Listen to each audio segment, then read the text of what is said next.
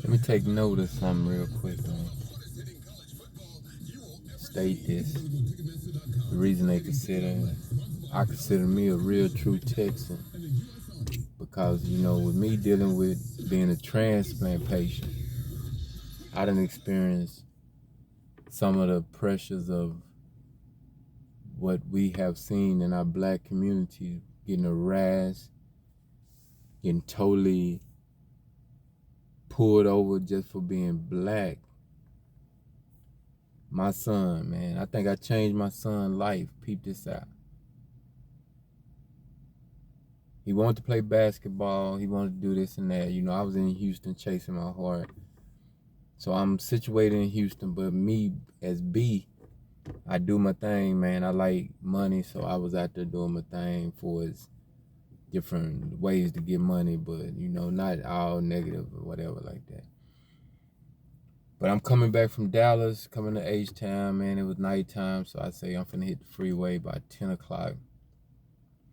So I say about 1 o'clock in the morning, we going to the infamous coming through Huntsville, Walker County. So I'm kind of observing everything. Then I ended up get to Montgomery County. I knew what time it was. So I'm in my caddy. I'm the only one on 45 coming inside Montgomery County, headed to Harris County, southwest side, where I stayed. So me and my son got his clothes. He was going to San Jacinto, and he was going to try to play basketball, walk on or whatever. So we headed, we coming. I see this Montgomery County police, Conroe police, matter of fact, it wasn't the Montgomery County sheriff, but the police was sitting on the side of 45. Next thing you know, I'm driving right, everything. I let my windows down, did the whole necessity of what you got to do in a situation like that.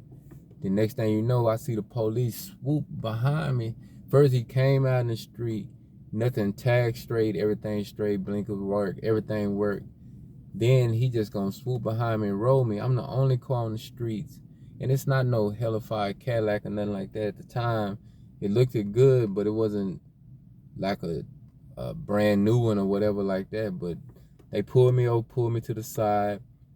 So they did the simple procedure, driver license, insurance, this and that. But on top, I'm an LVAD. I had a device on me.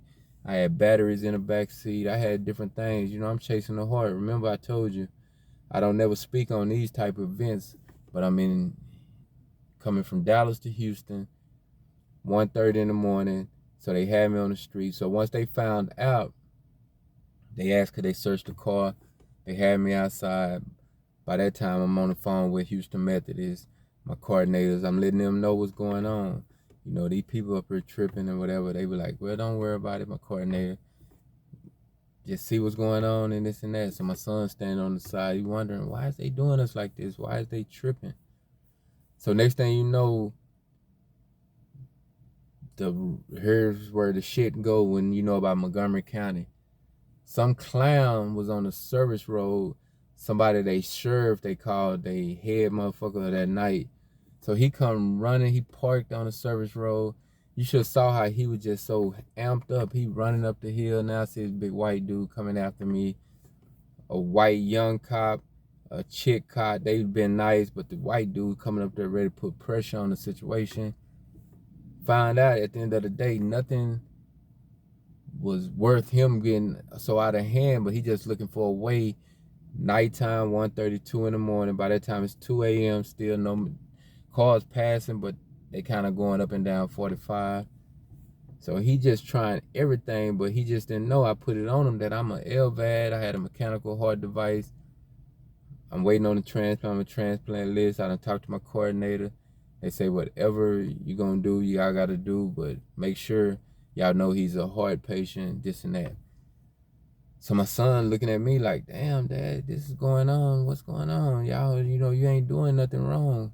I say, this how it go, man. This is what I've been going through all my life. I got tales in Dallas, being in Houston again, getting harassed and stuff like that, where I can just go on in Odessa, Midland, different areas of where I stayed in Texas, even in Austin, getting pulled over, different scenarios. I got pulled over in Round Rock. That's a whole nother story. But whatever we go through, no matter what we do, rich, poor, medium. You think you're successful, you doing this and that, waiting on a heart transplant. Lucky I ended up got it, but it's another whole scenario that could have been wiped away with me even getting a transplant, getting a device, because eventually, after that incident happened, 4 months later, I spent 8 hours in Harris County Jail in 2018. That was a weird scenario leading up to me getting transplanted 2/19/20.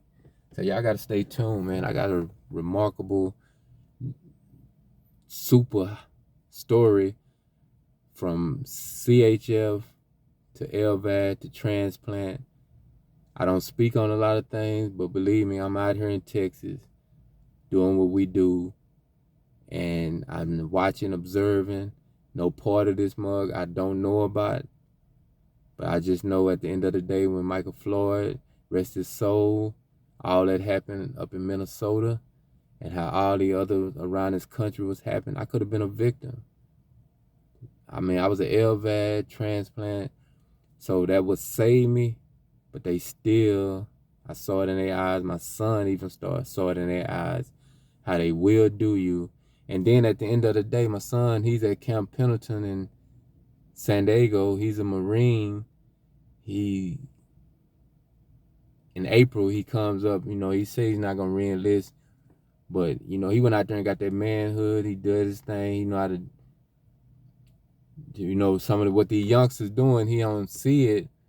But, it's just the fact of how these clowns, I'm going to get out there and say it, try to handle us, man, no matter what circumstance you in. They pit us against each other. Then at the end of the day, don't matter if you needed a heart transplant, which I ended up getting it, but they still would try to put that pressure on us, man. Y'all be blessed. You have a good one. It was just on my mind, man. I had to share that simple story of me on my journey as a transplant patient now, with all the struggles I had to go through that I've been holding in. I got plenty of them too. Believe me. I'm out.